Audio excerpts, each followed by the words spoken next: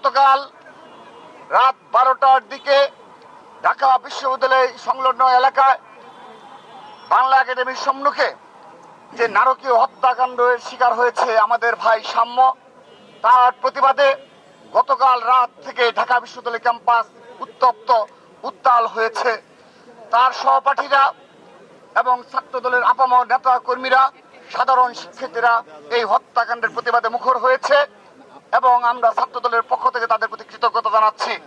সেই সাথে স্মরণ করিয়ে দিচ্ছি, গতকাল রাত থেকে আজকের এই সময় পর্যন্ত আমাদের সম্মানিত ভিসি স্যার এবং প্রক্টর স্যারের তাদের কাছ থেকে স্পষ্ট কোনো বক্তব্য এখন পর্যন্ত আমরা পাইনি।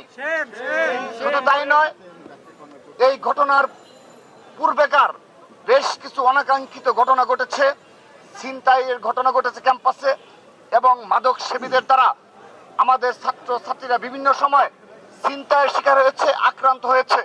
বিশেষ করে সোহরাওয়ার্দী উদ্যান, এখানে মাদকের সয়লাভ এবং মাদক সেবীদের অভয়ারণ্যে পরিণত হয়েছে।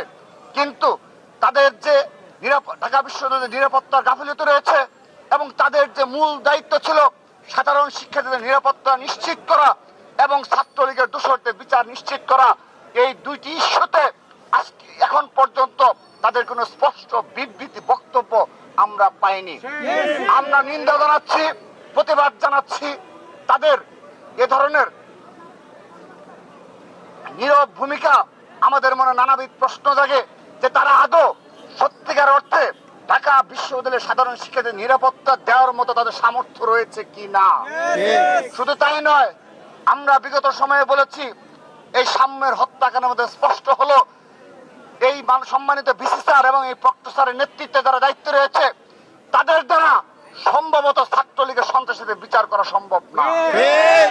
যারা বিগত সময়ে এই ক্যাম্পাস সোহরাওয়ার্দী উদ্যানকে মাদক মুক্ত করার মতো সামর্থ্য রাখে না এবং বিভিন্ন সময়ের যে অপরাধ সংঘটিত হয়েছে এবং ঢাকা বিশ্ববিদ্যালয়ের পার্শ্ববর্তী এলাকাতে যেভাবে মাদক সেবীদের আড্ডা বজায় রয়েছে, তার বিরুদ্ধে তাদের সামান্যতম আজকের দিন পর্যন্ত পদক্ষেপ আমরা লক্ষ্য করিনি।